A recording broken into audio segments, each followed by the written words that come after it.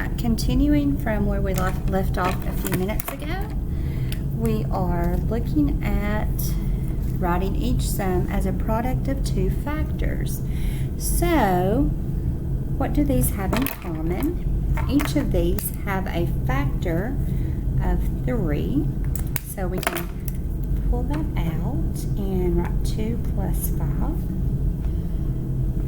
Okay, here we have 3 groups of 2 plus 5.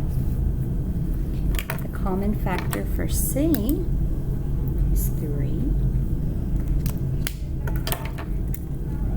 3 times the quantity, x plus 5.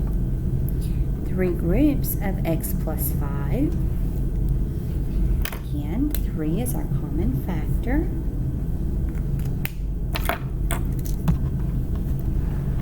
So we have 3 times the quantity, x plus y. 3 groups of x plus y. Moving on. A new miniature golf and arcade opened up in town. For convenience, ordering a play package is available to purchase.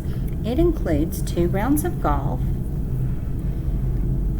20 arcade tokens, plus $3 off the regular price. There's a group of 6 friends wanting to purchase the package.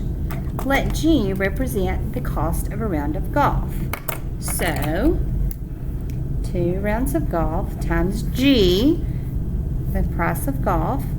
Let T represent the cost of a token, of a token. So we're getting 20 tokens.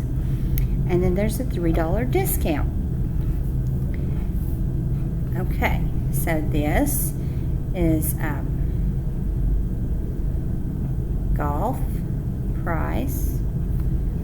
This is 20 token price. And this is our discount. Collectively, this all represents the cost for one person. Oh my, you can't even see what I'm writing. Okay, so collectively, the golf price, the token price, and the discount is the cost for one person. But for one person, make sure to label each part. So we've done that.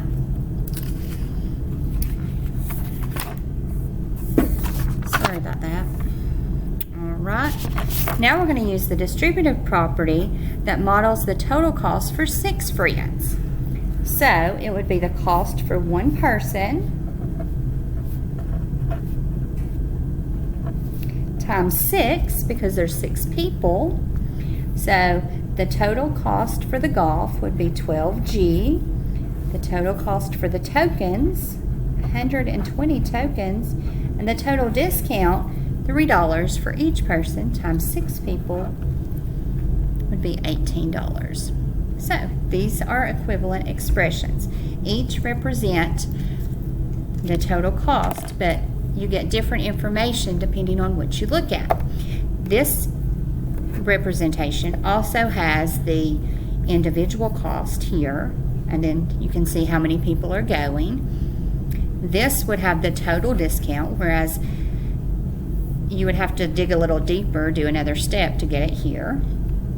So, interesting to see how all of this works together and what information you can get from each representation. How are these related? Well, the opposite of negative 6v plus 1. The opposite of negative 6 is 6v. The opposite of plus 1 is minus 1. So these are actually equal to each other. We're going to rewrite this using standard form. 5a minus 3b.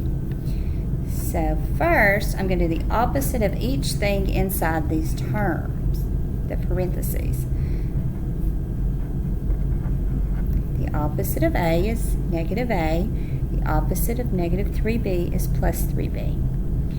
Now I'm going to combine like terms. 5a minus 1a is 4a plus 3b. Okay. Moving on to exercise 5. Going to distribute. Negative 3 times 2p is negative 6p. Negative 3 times negative 3q is positive 9q. Alphabetical order. Like terms are combined. Okay. Here I've got the opposite of something inside parentheses. So first I'm going to have to do the opposite of a is negative a. The opposite of minus b would be plus b. Using the identity property, I know the coefficient for each of those a's is 1, or in this case negative 1. So I have negative 2a plus b.